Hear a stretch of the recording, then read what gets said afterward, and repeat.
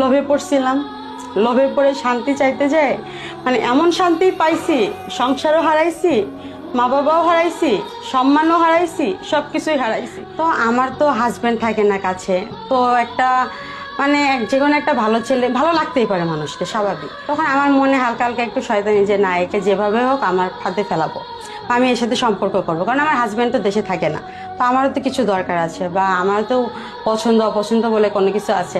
আমি তো তাকে বিয়ে করতে যাচ্ছি না, তার সাথে সংসার করতে যাচ্ছি না।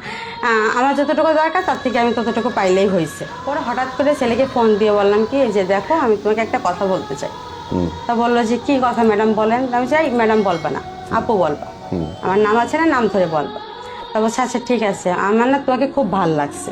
আপনি ডিরেক্ট বললেন? হ্যাঁ আমি ডিরেক্ট বললাম যে আমার না তোমাকে খুব ভালো লাগছে। তো ওই ছেলেটা অনেকক্ষণ থমকে ধরে বসে থেকে বলল কি যে সত্যি কথা বলতে কি আপু, আপনাকেও আমার খুব ভালো লাগছে, আপনি এত কিউট, এত সুন্দর, আপনার হাজবেন্ডও দেশে থাকে না বাহিরে, তাহলে আমাদের দুইজনের জন্যই খুব ভালো। তখন আমার অনেক আনন্দ লাগতেছে যে অনেকদিন পরে হাজবেন্ড নাই, তো ভালো কিছু হবে হয়তো। ওই ছেলেটাকে আপনি ফোন করতেছেন, সে কি জিনিসগুলো স্বাভাবিকভাবে নিচ্ছে?